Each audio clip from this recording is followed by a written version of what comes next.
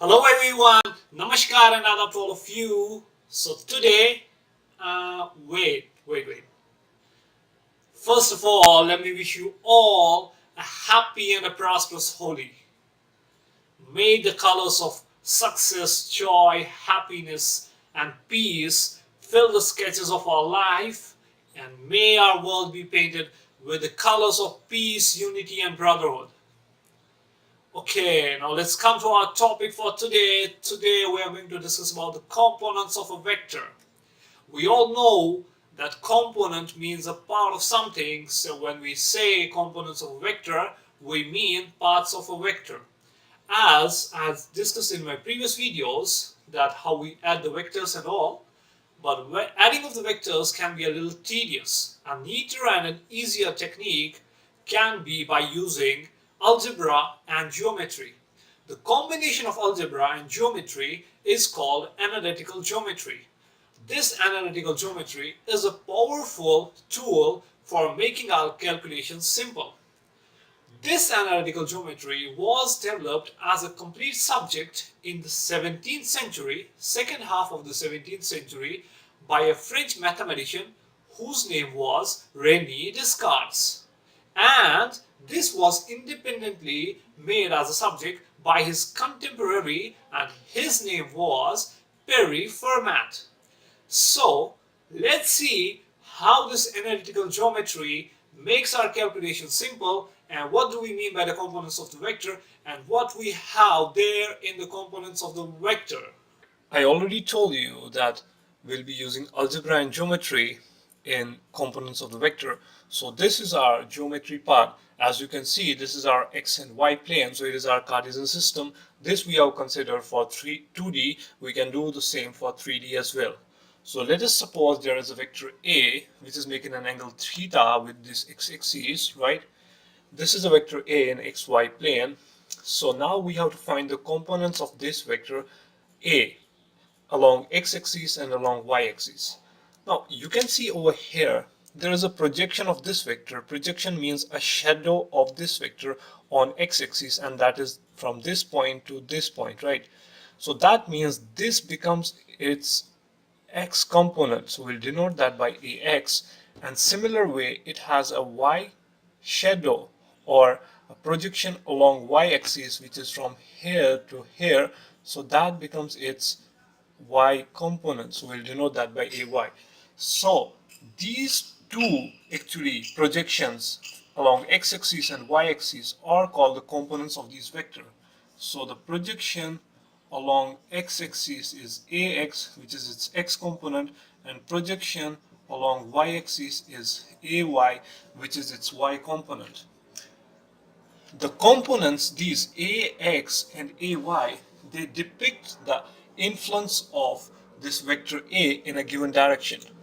The influence of this depicts the influence along x-axis, and this depicts the influence along y-axis. So they depict the influence or the impact of this vector along these two axes. Now, I told you that we'll be using both algebra as well as geometry. So this was our geometry part. Where do we use algebra? Algebra, let's consider this triangle, which is this, this, and this. In this triangle, the angle over here will be 90 degrees. So we can use Pythagorean theorem. And if we find the magnitude of this vector A, it will be equivalent to, by using Pythagorean theorem, it will be equivalent to under root of ax whole square plus ay whole square, right? So by that we can find the magnitude of this vector A in terms of its components ax and ay, which is given by this. Similar way, if I try to find tan theta in that triangle, so my tan theta will be equivalent to ay, that is my perpendicular upon base. This is also our ay, so it will be ay upon ax, right? So this will give us the tan theta. By theta we can depict the direction of this vector A in this Cartesian plane x and y. Now, as we saw that if we apply same trigonometric formulas in this triangle which we had considered, we can see that this ax, we can write this ax in terms of magnitude as ax equals to a vector cos theta, right? And ay from the same triangle equals to a vector sine theta, because in this triangle, if you can see that sine theta will be equivalent to perpendicular upon hypotenuse. Hypotenuse is this and perpendicular is this, so our ay will be equal to a sine theta, and same for a cos theta as well. Now we can specify this vector a in terms of its components as ax comma ay, right? Now in 3D the same equation will become ax comma ay comma az in case of 3D. Now let's consider the vector a, which is in the same Cartesian plane x and y, right? This time it's making an angle alpha with x-axis and angle beta with y-axis, right? So from triangle law we can write OA vector is equal to OB vector plus OC vector, right? This comes from the triangle law itself. Now, as you see, if we apply the same thing in this also, we can see that OB, this is our point O, so OB is equivalent to A if I consider the magnitude of A vector is equal to A, so it will be equal to A cos alpha, and this will be equal to A cos beta, right? So that means we can write our OA vector equals to A cos alpha plus A cos beta. But it's incomplete because we didn't give the direction to its components. Over here we have a vector, so addition of two vectors is a vector, so we need to give a direction. Let's suppose we use the base vectors and give along x-axis as I cap and y-axis as j cap. So we'll write here I cap plus j cap here, right? So this becomes our OA vector in terms of the unit vectors. If we try to find the magnitude will be given by the same as I showed you before. Now, if we have two vectors in the same Cartesian plane, x and y, we have the same two vectors in the same Cartesian plane. If A and B are equal vectors, that means A is equal to B in the same Cartesian plane, then their components are equal.